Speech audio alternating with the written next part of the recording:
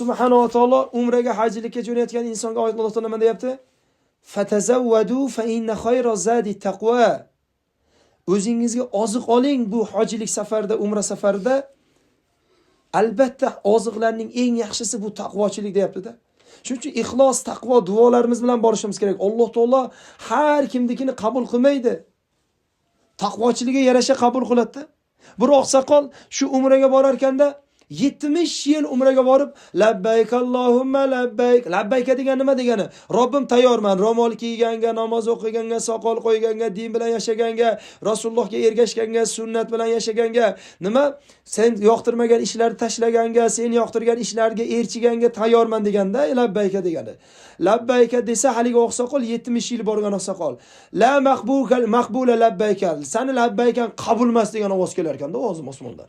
Uni bir yosh bola eshitib qolar ekanda. Otajon, sizni labbaykangiz nimaga qabul emas degan ovoz kelyapti desa, bolajonim, bu ovozni 70 yildan beri eshityapman. 70 yildan beri kelib turib Ka'baning tagiga kelib yig'lab, labbayk Allohumma labbayk desam, ovoz keladi, sen labbaykan qabul emas degan ovoz keladi. Deganda yosh bola aytgan ekan, otajon, ha unda nimaga ha deb kelaverasiz, har yil kelaverasiz desa, bolajon, meni boshqa boradigan dargohim yo'q. Men keladigan joyim shu, Robbimdan boshqa dargoh yo'q, Robbimdan boshqa duo qiladigan, so'ranadigan, tayanadigan boshqa joyim yo'q.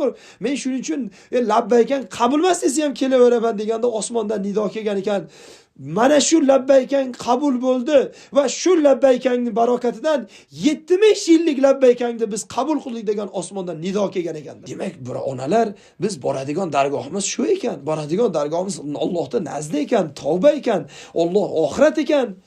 Shuning uchun inshaalloh ixlos bilan bu safarlarimizga ixlos bilan borishlikka, umra safari ixlos duo qilaylik inshaalloh. Alloh to bizni labbaykamizni qabul qilsin va bizni labbaykamizni barokatdan boshqalarnikidan qabul qilib qo'ysa, shu labbaykamizni barokatdan butun qilgan gunohlarimizni 30 yil, 20 yil, 25 yil qilgan gunohlarimizni Alloh kechirib tashab, kechirib yuborib Alloh subhanahu va taolo nima qilib qo'ysa, Alloh subhanahu savobga aylantirib olsa ajab emasda. Shuning uchun inshaalloh tayyorgarlik qilaylik.